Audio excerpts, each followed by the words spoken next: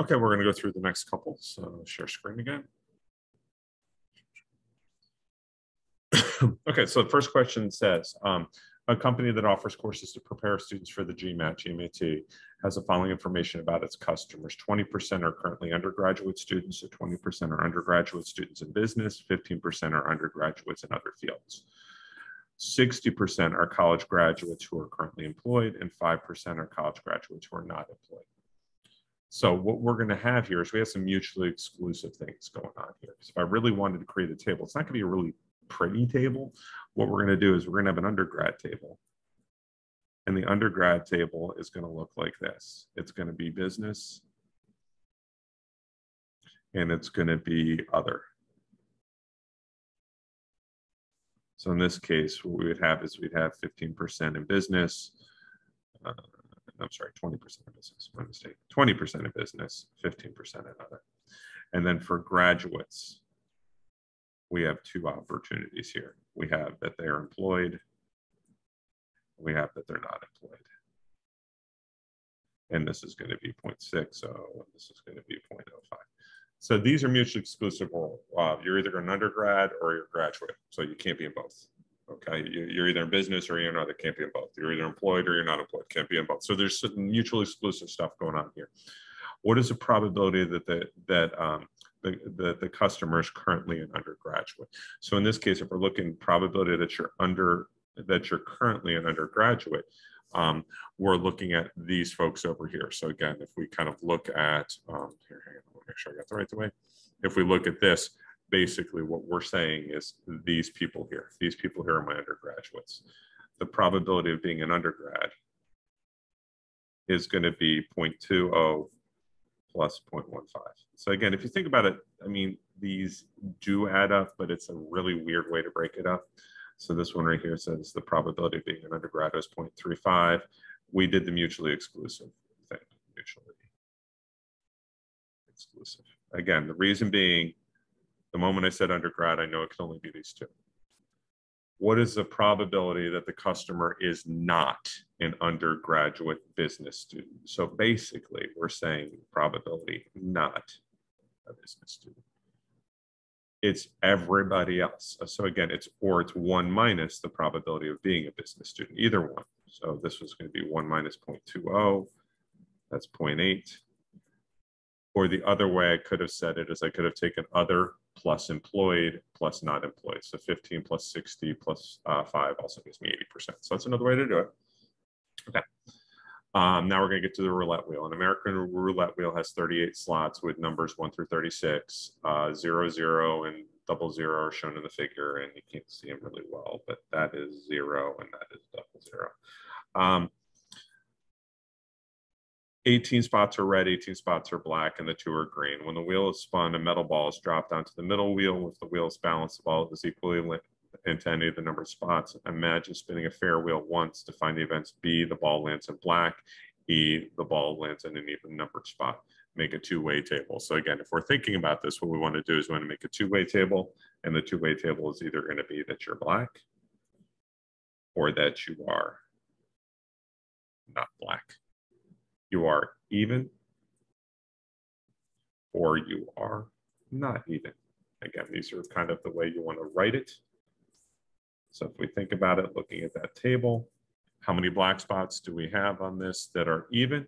If we go through, and again, the color isn't tremendous on this one. Again, but if we see, we just count them up, we find out that there are 1, 2, 3, 4, 5, 6, 7, 8, 9, 10, 11, 12, 13, 14, 15, 16, 17, 18. So there's our 18 black spots. How many of them are even?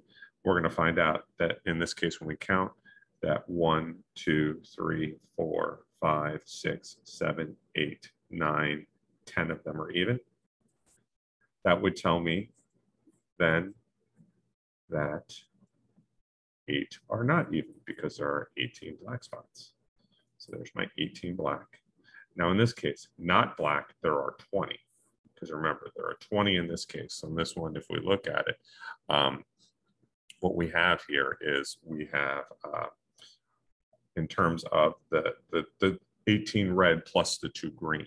And in this case, I'm going to let you know, in this case, when we're talking about even numbers, there are 10 even reds evens, as well as 10 even blacks.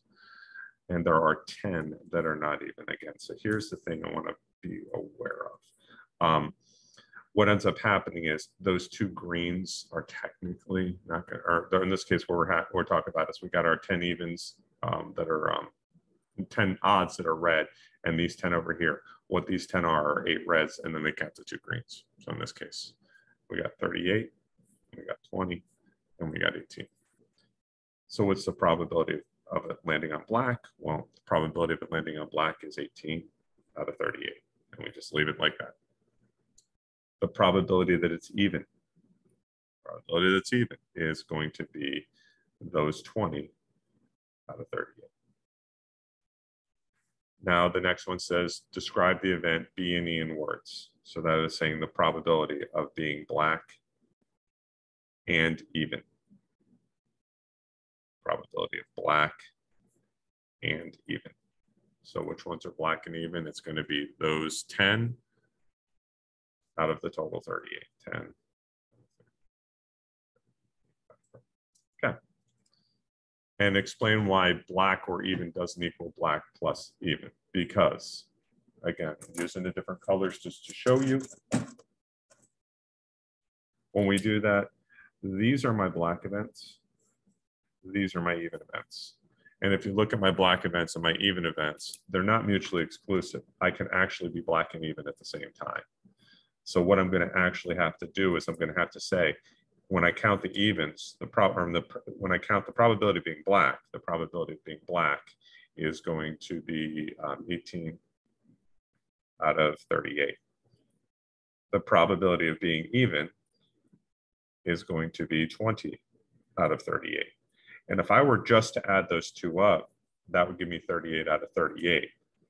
So the problem I'm going to have is that's all of my events, but it's missing that overlap, this overlap of 10. So I do minus the probability of B and E, minus 10 out of 38. So this is going to give me, in this case, it's going to give me 28 out of 38. And that's the probability of it being black or even. Again, in other words, another way to think about it is you don't want the non-black, non-even stuff. So take those 10 out. That's another way to think about it. So that's that question. Last but not least, what we're going to do is we're going to go ahead and we're going to take a look at this survey. A survey suggests that 85% of college students have posted a profile on Facebook, 54% use MySpace regularly, and 42% do both. So what we're looking at is we're talking about a Facebook thing. So what we're going to say is in that two-way table, we're going to say Facebook, or we're going to say not Facebook. And then we are going to have them talk about, I know, old school stuff.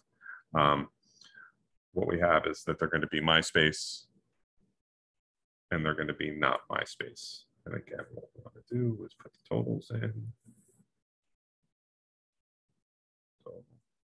Total. So when we go to do this, we know that 85% of students have posted a profile on Facebook. So what that tells me is I know right here that 85% are on Facebook. That tells me then that 15% aren't, because these two must add up to that 1.00. 54% use MySpace regularly. So what that tells me is these people down here, that 54% use MySpace regularly, which would then be 1 minus, so 46% don't use MySpace regularly. And then we know 42% do both. That's these people right here. Those people are the 40%, 42% who do both. And I can now fill in all the blanks because I know that this plus this has to equal 54. So this has to be 12. I know that this plus this has to equal 15. So I know that this has to be 3. And I know that this plus this needs to equal 85. So I know that this has to be 43. I use that complement rule where I'm going to say. So now I've got my table. 42 and 12 is 54. 43 and 3 is 46. 42 and 43 is 85. 12 and 3 is 15. Everything adds to 1. So there's my two-way table. Now we need to do a Venn diagram. So what we're going to do is we're going to do a Venn diagram. My two events are going to be Facebook and MySpace. And in here, I know that what I got is I got the 42% in here that do both. These are the people who do Facebook, but not MySpace. That's these 43. These are the people who do MySpace but don't do Facebook. So in that case, this is going to be my 12%. And these are the 3 holdouts, the 3% that are holding out that don't do either. So I've transferred this two-way table to this Venn diagram. Consider the event that the randomly selected student has posted a profile on at least one of the 2 sites. Write this event in symbolic form. So in this case, that is the probability of Facebook or MySpace. And the way you do that is you can either add up these 3 numbers, because these 3 numbers are the ORs, everything in the circles, 43 plus 42 plus 12. Or you can use the formula, the probability of Facebook plus the probability of MySpace minus the probability of their overlap. So again, what that would be is that would be if you want to do it the long way with this one, we know that Facebook is 85%. We know that MySpace is for 54%. And we know that we know that 42% do both. So when I add up all those numbers, what I'm going to end up getting is 97. Or the other way I could have done it, like I said, is I could have added this number here, this number here, plus this number here, plus this number here, and it would have given me the same result. If I had taken 0.43 plus 0.42 plus 0.12, that would have also given me 97%. Or the third way, these are the people I don't want. If I had done 1 minus the probability of the people who do neither, 1 minus 0.03 also gives me 97. 3 ways to get the same answer. And find the probability of the event. Well, I actually just did that all at the same time. Any of those 3 works. So hopefully that helps a little bit. Again, this is a practice thing. So I'll have more practices that I'll introduce in class. I really want you to try this because again, the way you're going to learn this is by practicing it.